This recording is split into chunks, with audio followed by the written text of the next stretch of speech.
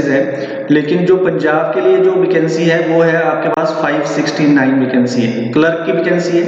तो और इसका जो है वो एग्ज़ाम जो है वो फरवरी में हो जाएगा। फरवरी में आपका 2 एग्ज़ाम होते हैं, फर्स्ट एग्ज़ाम आपका फरवरी में हो जाएगा और जो मेन एग्ज़ाम है वो आपका मार्च अप्रैल में होगा। ठीक है, तो ये आपके पास 2 एग्ज़ाम होंगे।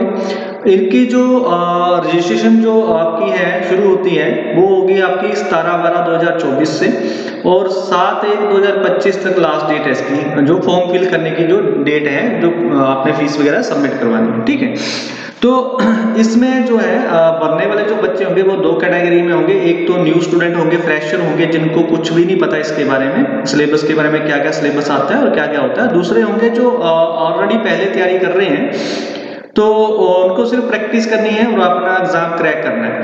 तो इन दोनों में कैसे स्ट्रेटजी बना के एग्जाम क्लियर हो सकता है, ये सब कुछ मैं आपको बताऊंगा, वीडियो के एंड में बताऊंगा कि दोनों कैटेगरी के बच्चे कैसे एग्जाम को जो है वो क्रैक कर सकते हैं। बहुत बड़ी अपॉर्चुनिटी है यहाँ पर आपके पास बच्चों कि आपके पास 569 वैकेंसी है और इसमें आपकी जॉब पक्की हो सकती है। 100% श्योरिटी है कि आपकी जॉब पक्की हो सकती है अगर स्ट्रेटजी के साथ इस एग्जाम को आप देंगे तो।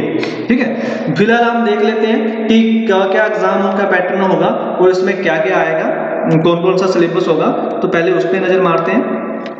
तो सबसे पहली बात है आपके पास इंग्लिश, पहला जो प्री एग्जाम होगा उसमें आपके पास जो है वो 3 जो है वो है, एक इंग्लिश का पेपर होगा, एक आपका क्वांट का पेपर होगा, एक रीजनिंग का पेपर होगा। ठीक है, 3 सब्जेक्ट आएंगे।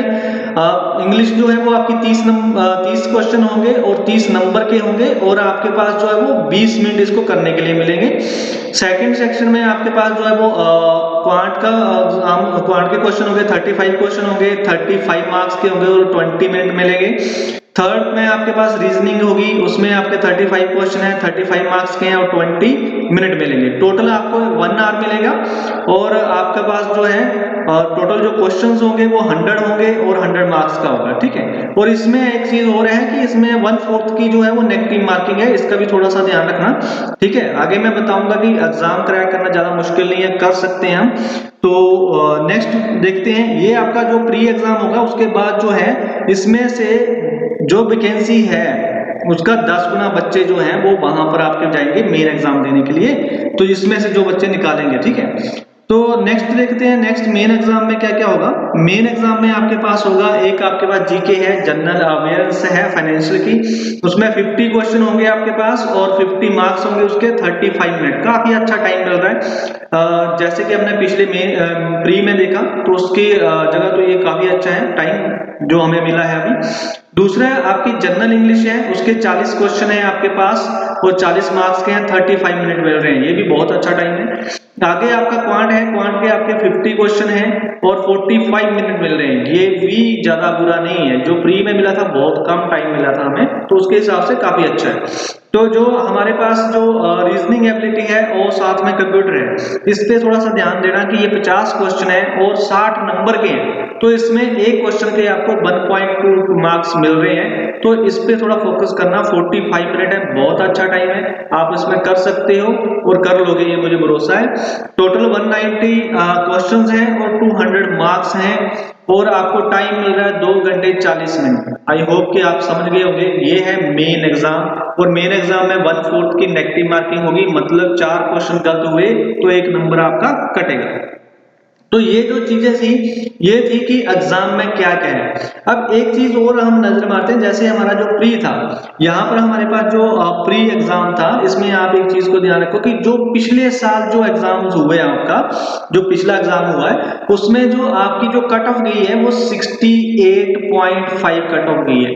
और मुझे लगता है कि बच्चों अगर आप थोड़ी सी प्रैक्टिस करो और थोड़ा सा अपना टाइम रिड्यूस करो पेपर करने का, तो ये बहुत ज्यादा नहीं है। 100 में से 68% नंबर लेना, 69% लेना, 70% लेना, मुझे लगता है कुछ ज्यादा बड़ी बात नहीं है, आप ले सकते हो आराम से। स्ट्रेटजी मैं बताऊंगा कि कैसे लेने हैं, तो ये हो सकता है, पॉसिबिलिटी है। नेक्स्ट मेन एग्जाम की आप बात करूंगा मैं, तो आपको और ज्यादा हैरानी होगी कि जब मेन एग्जाम की बारी आती है तो जो लास्ट ईयर में जो कट ऑफ की है, और जनरल की बता रहा हूं मैं, पिछले जो एग्जाम था वो भी जनरल की है, ये भी जनरल की है, ठीक है। तो जो कट ऑफ गई है वो गई है आपके पास 81.75। तो ये कट ऑफ जो है वो 200, देखो 200 का पेपर है, 200 मार्क्स का, उसमें से आपको ये नंबर लेने हैं, क्या आप ले नहीं सकते? बिल्कुल ले सकते हो यार। मुझे लगता है कि बहुत बड़ी अपॉर्चुनिटी है, फिर से मैं बोल रहा हूँ, जो भी बच्चे मेरी बात सुन रहे हो तो आपके लिए एक बहुत बड़ी अपॉर्चुनिटी है जो तो आपको ग्रैब करनी चाहिए। अच्छी गाइडेंस के साथ आपको पेपर क्रैक करना चाहिए। तो यहाँ तक तो ये बात होगी हमारी। नेक्स्ट बात करते हैं हम कि हमारे पास क्या क्या स्ट्रेटजी होगी और कैसे हम एग्जाम क्रैक कर सकते हैं। देखो इसमें आपको बताता हूँ कि ये जो एग्जाम में जो बच्चे जाने वाले हैं वो दो टाइप्स के होंगे। एक तो होंगे न्यू, जो फ्रेशर होंगे, बिल्कुल जिनको कुछ नहीं पता सिलेबस के बारे में, क्या क्या आता है क्या नहीं आता है और कहाँ से सिलेबस पूरा करना है, तो उनके लिए तो मेरी एक ही गाइडेंस है कि जितनी जल्दी हो सकता है आप कोचिंग में जाएं, कोचिंग लें पहले, क्योंकि आपको एकदम से नहीं पता चलेगा कहाँ से पढ़ना है क्या पढ़ना है। और हमें एक्चुअली टाइम ज्यादा नहीं है। एग्जाम जो है वो आपका फरवरी में है, फरवरी में एग्जाम है। 1 जनवरी से जैसे हमारा बैच शुरू हो तो हार्डली आपके पास 1 मंथ या 1.5 मंथ होगा।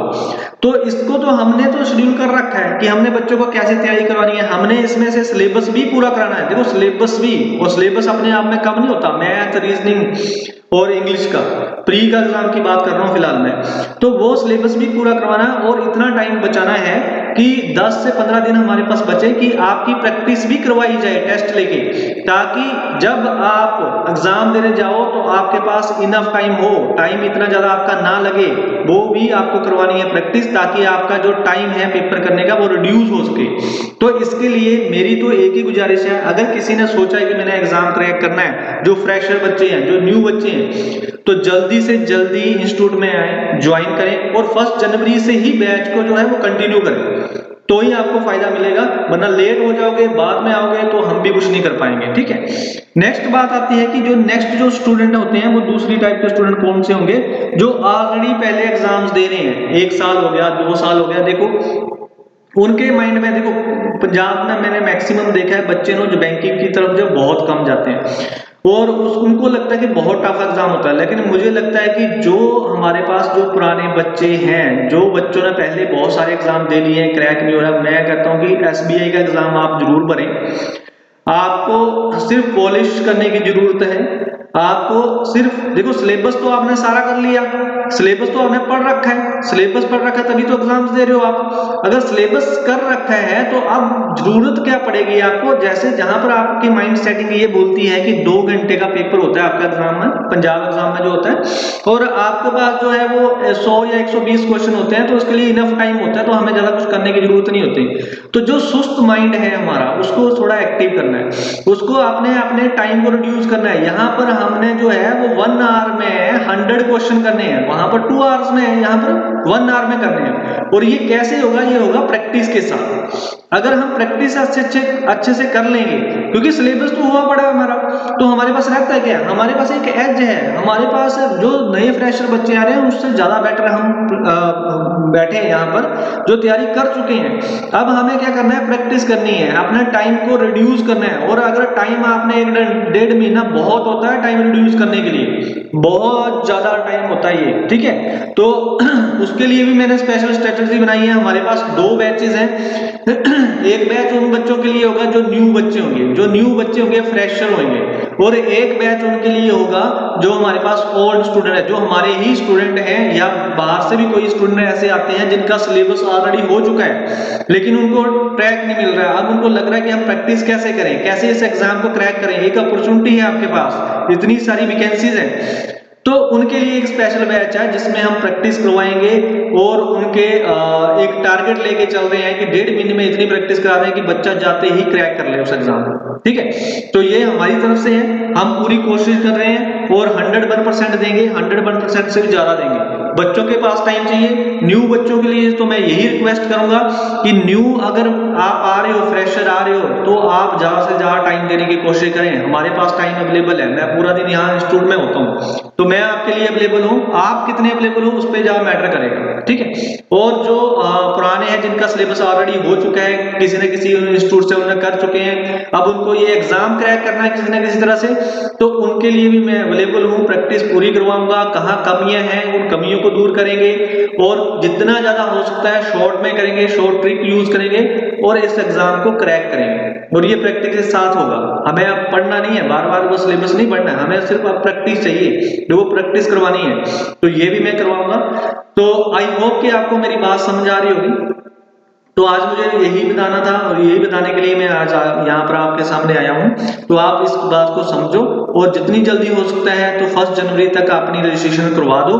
हम हमारे इंस्टीट्यूट में बीपीआर में करवा सकते हो, निश्चय में आ सकते हो, और जहां चाहोगे वहां पर एडमिशन लो और अपनी रजिस्ट्रेशन करवाओ और अपना बैच शुरू करो, इससे पहले कि देर हो जाए। थैंक यू सो मच, धन्यवाद। मिलते हैं 1 जनवरी को क्लास में।